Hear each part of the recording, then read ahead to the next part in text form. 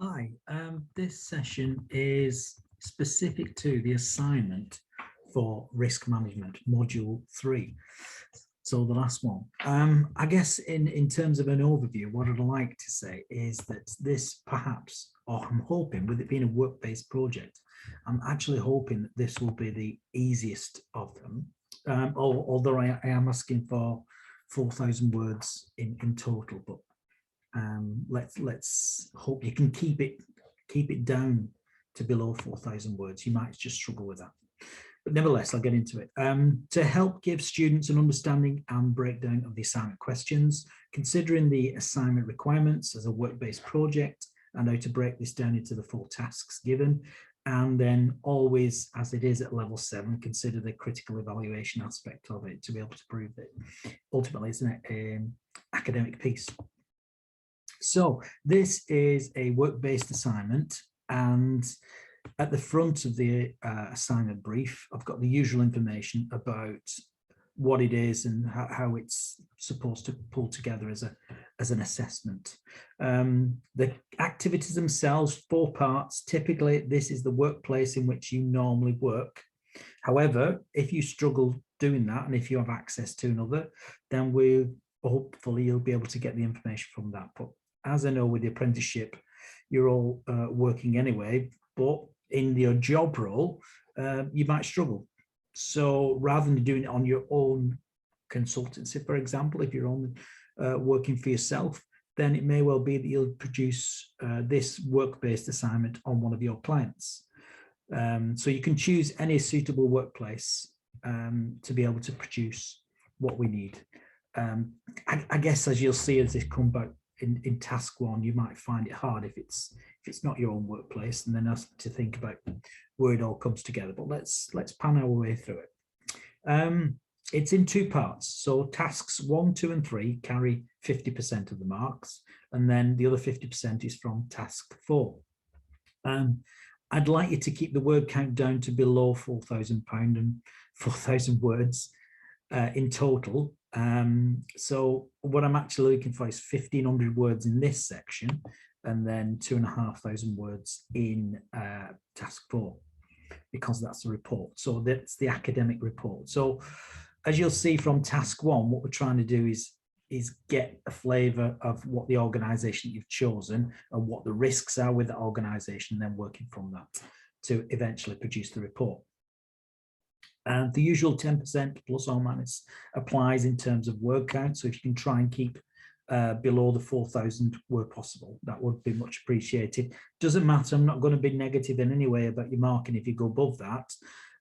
It's just that when you do get involved with the university at Heriot Watts, they will be more stringent than myself in terms of making sure that you stay below that 10% plus. I'd like you to look at 8 quotes as a minimum from other cited work. And the majority of those 8 quotes, I'd like to see them in task 4, because that's the report. So rather than just telling me everything about your workplace and being so focused about the work itself, I still need it to be an academic piece of work. Therefore, there's got to be a reference to other documents. And as you'll see, I'm expecting you to look at some documents anyway, so you can use those as part of your citation or references. So without further ado, let's look at task number 1.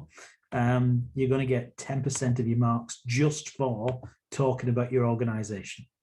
Right, so keep this short and sweet, no more than 500 words. In fact, 300 would be preferred, but nevertheless, you can see from this the typical areas that I want you to talk about.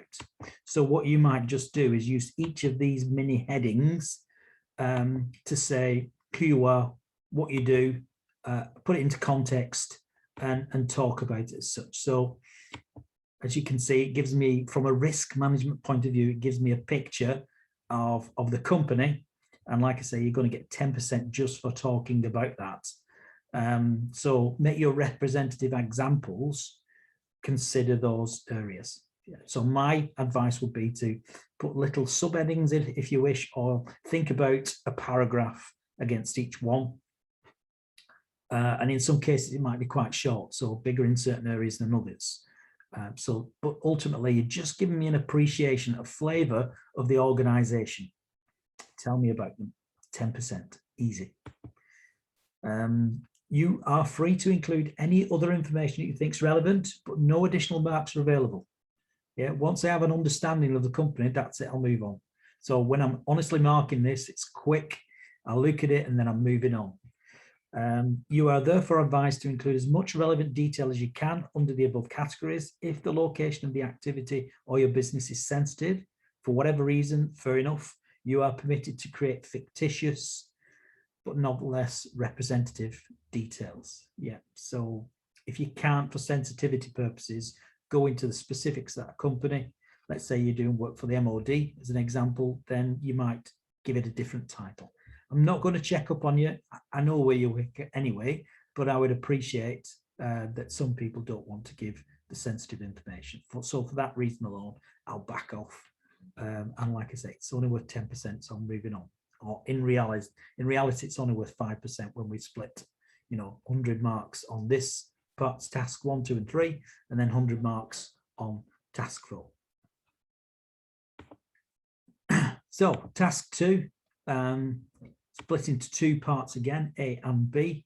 Comment on how your organization currently looks at risk management and what system you have in place. So give a detailed description of how SISD related risks are managed by the organization. So I'm not looking at reputational risks. I'm not looking at financial risks, just interested in health and safety. So what's being risk assessed and evaluated? So think about how you measure it is a good way of knowing as such. And obviously from a perspective of level of risk, I'm going to be more interested in the medium to higher risk areas, because ultimately that's what this course is really about, is managing those high risk areas. Give us reasons for monitoring and measuring those risks. And that's where you can get some quotes, the legal bit can come in from that, how you're showing your compliance with that. And you could also talk about your insurance perspective, what's required to comply with insurance as well. Methods used for risk assessment and risk management, particularly interested in this. Some companies would just say, I use the 5 steps, the HSC's model. There are various models, and obviously within this aspect of the course, I'm going to be talking about risk management models. So whichever method you use, I'd like to know what it is and give us a bit of reasoning behind it as well. The criteria you use when you're doing that evaluation. What are your targets? What are your particular measurement criteria that you put in place? Do you just say, for our culture in our organization, all we want to do is be legally compliant, or do you go above and beyond that? So perhaps talk a little bit about the reasoning behind that as well. How often do you do your risk assessments? You might be in a large company, and due to time constraints, it might be once every 3 years. So again, link it to the policies and procedures and give me the reasoning behind that. How, when, and who conducts those risk assessments, so that we've got an idea. Again, you can be quite fictitious in this respect in terms of protecting an identity and being protective of information and data from your company, but I need to see some kind of diarized event and how those resulting risk management documentations are then communicated. So give us a little bit about, we'll meet in our target setting, we'll meet in our health and safety committee, and as a result of that, we have an action plan. The action plan will dictate what risk assessments need to be looked at and what's going to take place as a result of it. So there's that aspect, and that's worth 30%. So it's quite an interesting part, that one, quite a chunky bit of the marks. And then part B is the action plan for 4 significant safety risks that need further control measures. Okay, so you might have talked about them in part A of task 2, and then you're going to choose 4 of those that need a bit more work on. Again, I'd rather it was the higher risk activities, and the idea is to bring it down to an acceptably low level. So it should be interesting, quite juicy to read, in line with some of the legal compliance, some of the guidance, some of the ACOPs that are out there to set the scene and the standard. You must describe the organization's interpretation of reasonably practicable. Yeah, so why have you come up with that decision and justified your reasoning for reasonably practicable? Explain how this could be justified in enforcement authorities. So if you're ever questioned by HSC or the Fire and Rescue Service or environmental health officers. Why would you say I could stand up comfortably in court and argue the case to say that it's a suitable and sufficient risk assessment and the methods that we use are adequate and we consider this to be adequately controlling of that particular risk? Consultation, big part of this one. I want to know how you're going to get the information out to staff, employees, contractors, visitors, etc. Yeah, so HSG 263 focuses on that involvement, engagement of the workforce about successful consultation. So again, please put a couple of the citations in there specific to HSG 263. In the 4 parts to it, I'm not saying give a description on the 4 parts. I don't want that. What I want you to do is focus on stage 3. So the question is, evaluate your organization against the compliance and practical advice in stage 3 to identify the strengths and weaknesses in your organization's consultation process. Yeah, so you may not be talking enough, you may not be engaging enough, or it could well be that you have a really strong and good ethic and value on this, and any decision you make always involves people. So tell me about it. Again, it's worth 25 marks. So give us a decent interpretation of that. Please try and give them as relevant answers and relevant examples to your organizations, because that helps me to put it into context. And then part B, based on your evaluation from the first part, produce an action plan for improving the consultation process. Yeah, simple, straightforward. What would you do? How can you improve it? Your plan must include a minimum of 3 realistic improvements and no more than 5. Yeah, so if you think about that, what I'm actually saying is there's 5 points for each of the actions.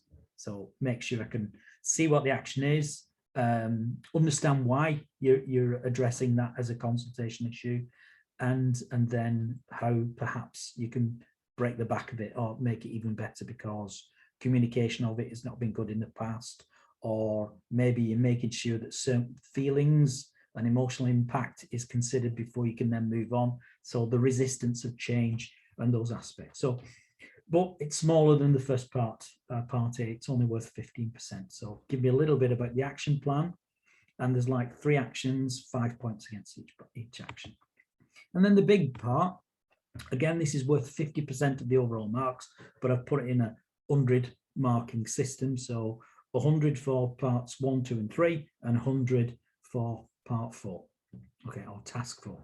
So it's a report about pitfalls, and I put that in the heading just so it makes it clear. Yeah, so we've been talking about risk assessment, risk management. Prepare a brief report on what you believe are the 3 most common pitfalls in carrying out risk assessments. Yeah, now there are documents available that explain typically what goes wrong and why they go wrong.